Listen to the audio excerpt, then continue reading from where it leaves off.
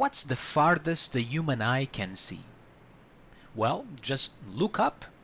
On a dark night without light pollution, you should be able to see the Andromeda Galaxy, which is 2.5 million light years away, about 24 quintillion kilometers.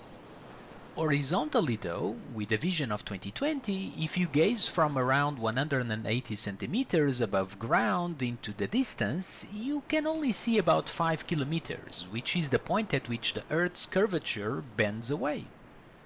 But the higher you go in elevation, the farther into the distance you can see. For example, a person looking out from a mountain at around 1500 meters from sea level in the island of Taiwan, under clear sky and without atmospheric pollution, can see mainland China.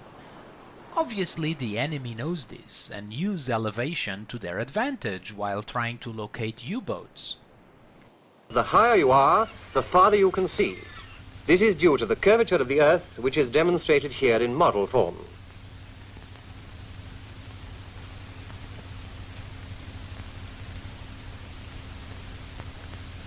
First you saw only 3 ships, and now as the camera moves upwards, 3 more appear.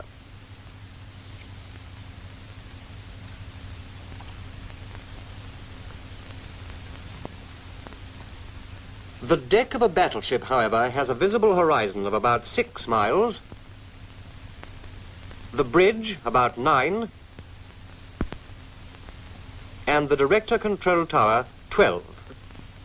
Submarines differ according to their class and nationality, but their general appearance is unmistakable.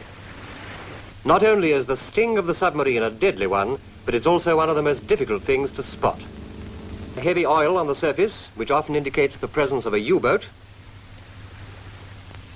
or clusters of seagulls in mid-ocean. These have been known to follow the faint shadow of a U-boat in the same way as they follow shoals of fish. Here is your enemy with its decks awash, still maintaining its characteristic appearance. But you'll be very lucky if you ever manage to spot an enemy submarine on the surface, though dawn and dusk are the most likely times. Mostly they attack from under the sea, their favorite angle being in the bow sectors from about red 60 to green 60. A submarine can make its attack after taking only 2 or 3 bearings on its target. 10 seconds is all the periscope need be exposed to obtain each bearing, so you've got to be pretty smart to catch it. Here is the periscope of a submarine underway, but they're usually much more difficult to spot than this one.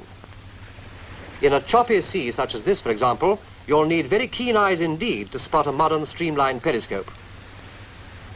Have you seen it yet? We'll stop the film so that you can. There, not so easy, was it?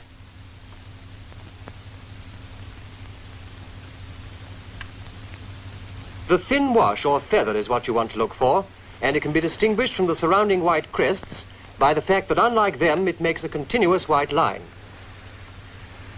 Always try to give as accurate an estimation as you can of the distance away of the periscope, as it may disappear before the officer of the watch sees it, and reliable information will assist the subsequent depth charge attack.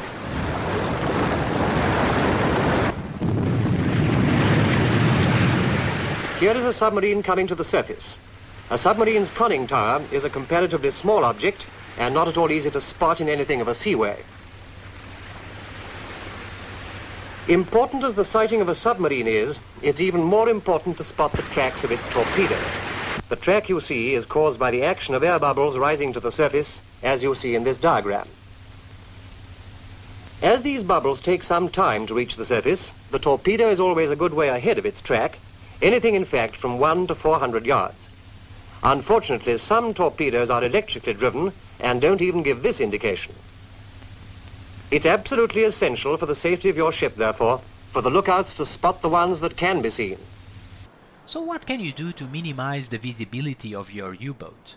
Well, you can reduce the likelihood of being sighted by enemy ships by using the binoculars and ouzo to detect enemy ships early, taking advantage of bad weather like fog and rain to better conceal your U-boat, navigating at night to reduce the likelihood of being spotted, assigning a specialized officer to the diesel engines to reduce exhaust fumes, by using the red light at night so the enemy does not see the light coming out from the hatch or up the periscope.